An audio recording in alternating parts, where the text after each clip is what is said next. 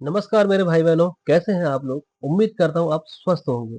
अच्छा, स्वस्थ होने की बात इसलिए कहता हूँ कि कहा गया है कि पहला सुख निरोगी काया है। मतलब शरीर क्या होना चाहिए?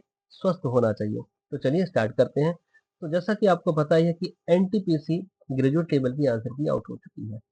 अब सबसे बड़ा सवाल हर बच्चे के मन में है, जो बॉर्डर पे है। बॉर्डर समझ रहे हो? बॉर्डर समझ रहे हो? बॉर्डर वाले समझते हैं बॉर्डर क्या है।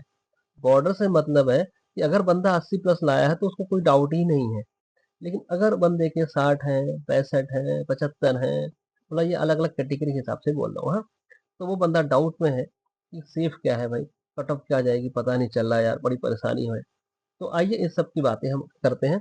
तो सबसे पहले आप बात कर लेते हैं हम लोग कि आंसर की जब आती है, तो ये केवल आपके रॉ मार्क्स होते हैं।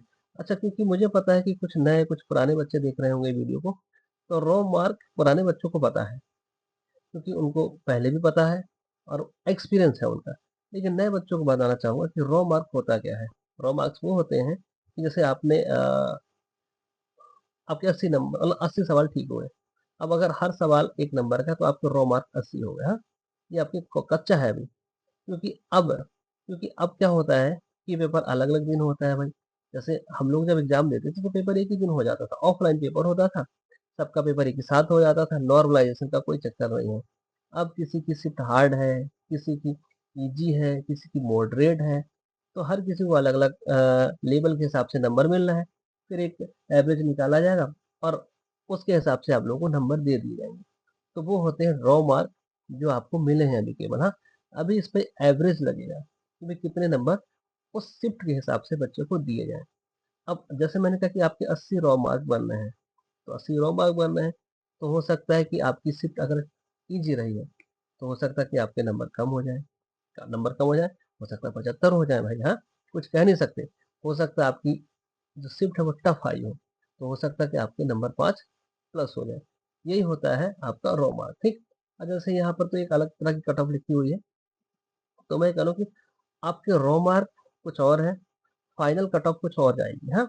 लेकिन सबसे बढ़िया बात मैं कहूँ या कहूँ आपको मोटिवेट करने वाली बात कहूँ कि आप कट ऑफ के चक्कर में ना पड़ो, ठीक ही है। हालाँकि भाई हमारा काम है प्रेडिक्ट करना, कि बताना, ताकि आप उसके हिसाब से अपना मन तैयार कर सको।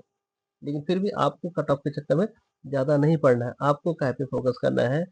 तैयारी पे फ़ोकस करना है। आप चाहे बॉर्डर पे हो, चाहे कुछ हो, क्योंकि आपको पता है आप एग्ज़ाम दे रहे हो, तो अभी थोड़े दिन बाद आपका एनटीपीसी अंडर ग्रेजुएट लेवल का पेपर होने वाला है, ठीक? मतलब 12th पास वाला आपका पेपर होने वाला है। अगर आप इसी चक्कर में पड़े रहोगे कि यार कट ऑफ क्या जाएगी, क्या नहीं जाएगी, तो आप इसकी तैयारी कब करोगे? ठीक? तो आप बिना देरी करे कि कट ऑफ क्या जाएगी, क्या नहीं जाएगी, आप अपनी तैयारी जारी रखो, छोड़ना नहीं है, ठीक? तब जाके आपको उसका मीठा फल मिलेगा। चलिए फिर भी कट ऑफ की बात करते हैं। जैसे मैं कह रहा हूँ कि अभी शिफ्ट की बात हो ही गई है कि किसी की शिफ्ट टफ है, किसी की ईज़ी है, तो उस हिसाब से क्या है कि कट ऑफ घटती-बढ़ती है। फिर भी मैं कहूँ कि अगर आप जनरल हो, यहाँ पे देखिए, अगर आप जनरल हो तो 78 से लेके 85 तक ये सेफ माना जाएगा, हाँ? सेफ का मतलब सेफ, टेंशन नहीं है। अच्छा, एक चीज़ और बता दूँ, जैसे हम कह रहे हैं कि एनटीपीसी जो है ना, ये 2 चरणों में होने वाली है, रिटन एग्ज़ाम। पहला चरण आपका हो गया टियर 1, तो ये एक स्क्रीनिंग परीक्षा है। स्क्रीनिंग समझ रहे हो? कि ये एक पहला गेट है, जो आपको पास करना, तो इसकी कट ऑफ थोड़ी कम रखी जानी चाहिए और कम रखी जाती है। फिर इसके बाद जो होगा वो एनटीपीसी टायर 2 होगा, जो आपको सिलेक्शन दिलवाएगा। सिलेक्शन ये भी दिलवाएगा, ऐसा नहीं कि इसका रोल कम है। ये आपको फाइनली सिलेक्शन तक ले जाएगा।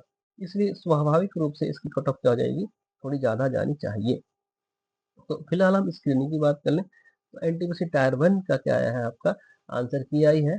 तो यहाँ पे देख लो, ओबीसी की आपकी 74 से 81, ईडब्ल्यूएस की यहाँ पे इतना दिखा रहा है, ठीक।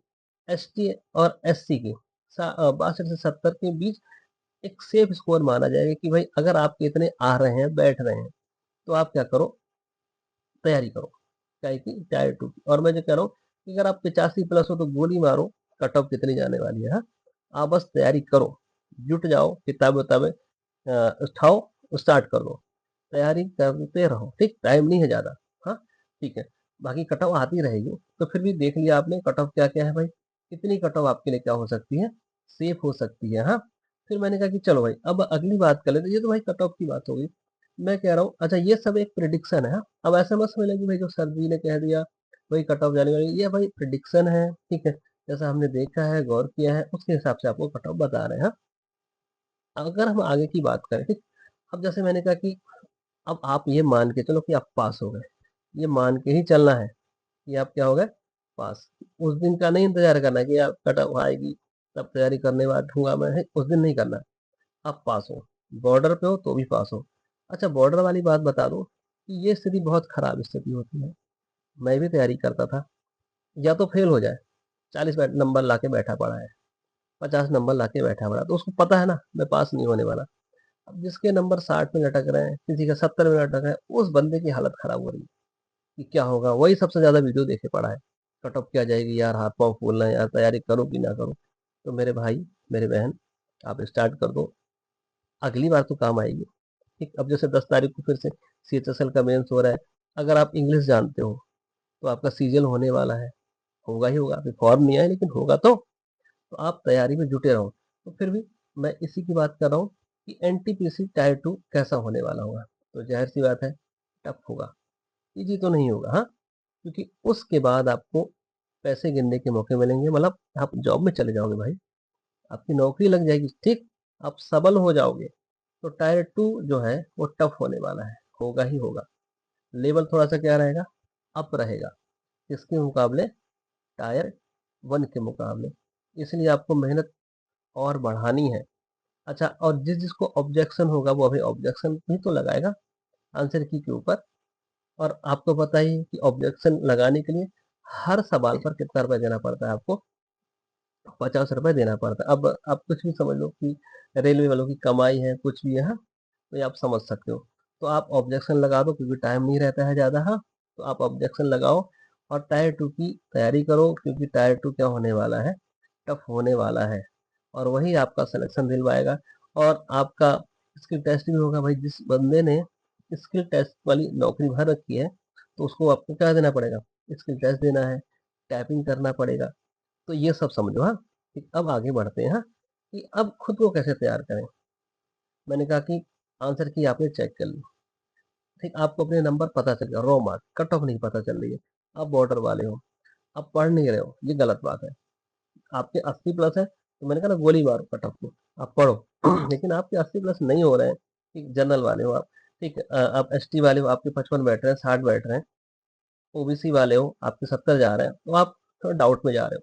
डाउट नहीं करना है, तैयारी करनी है, और भी तो पेपर आएंगे भाई, हाँ?